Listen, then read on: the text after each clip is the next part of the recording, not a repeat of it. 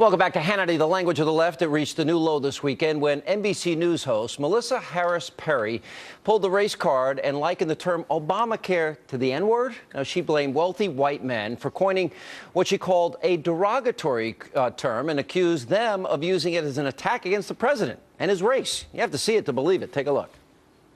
I want to talk today about a controversial word. It's a word that has been with us for years.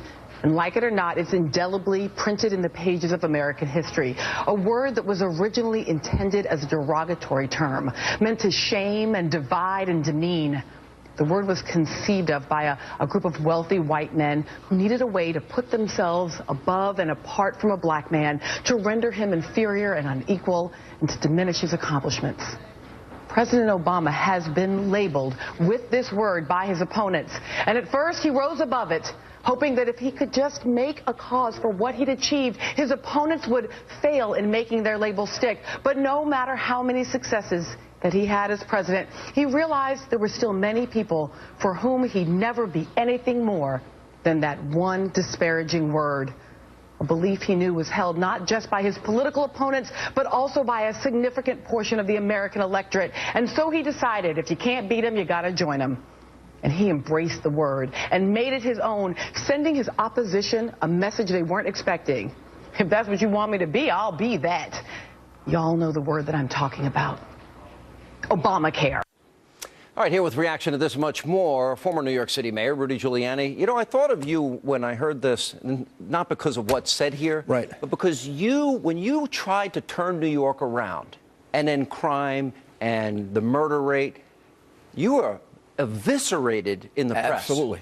And everything you said, they would equate. Everything I said was seen as somehow racially motivated. Here's the thing that was really strange about it and counterproductive. Every single thing I was doing had tremendous benefit for the minority community, much more so than even the white community. You know, when crime was at 2,000 murders a year, proportionately, that was affecting the African American and Latino community. Yeah, I mean, it was dramatically affecting those communities.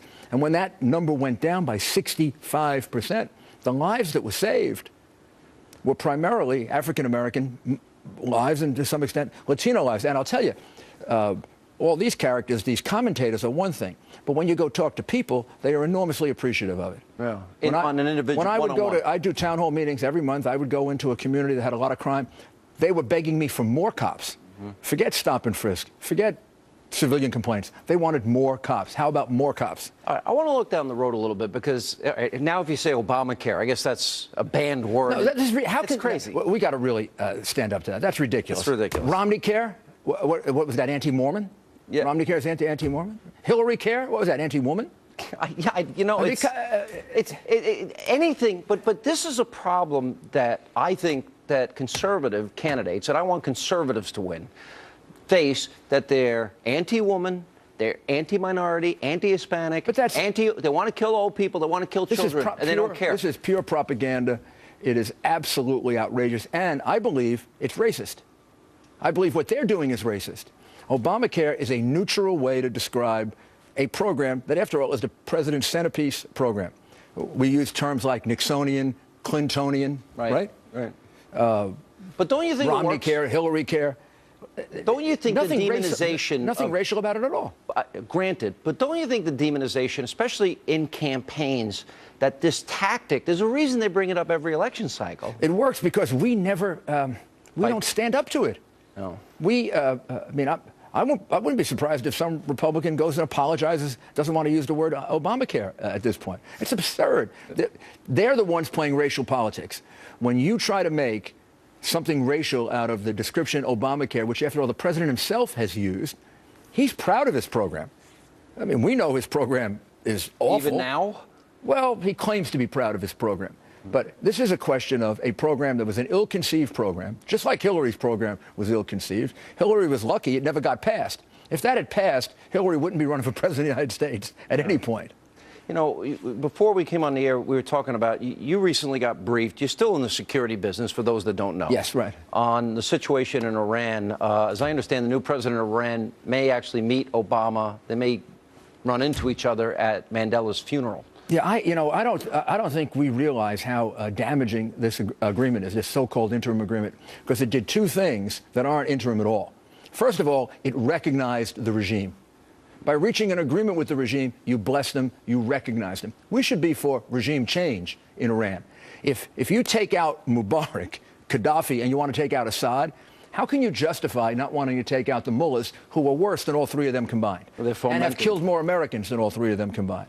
So that's off the table. Second, in the agreement, despite what the president says, in the interim agreement is the recognition that they will have nuclear power for peaceful purposes. 6 UN resolutions prohibited that.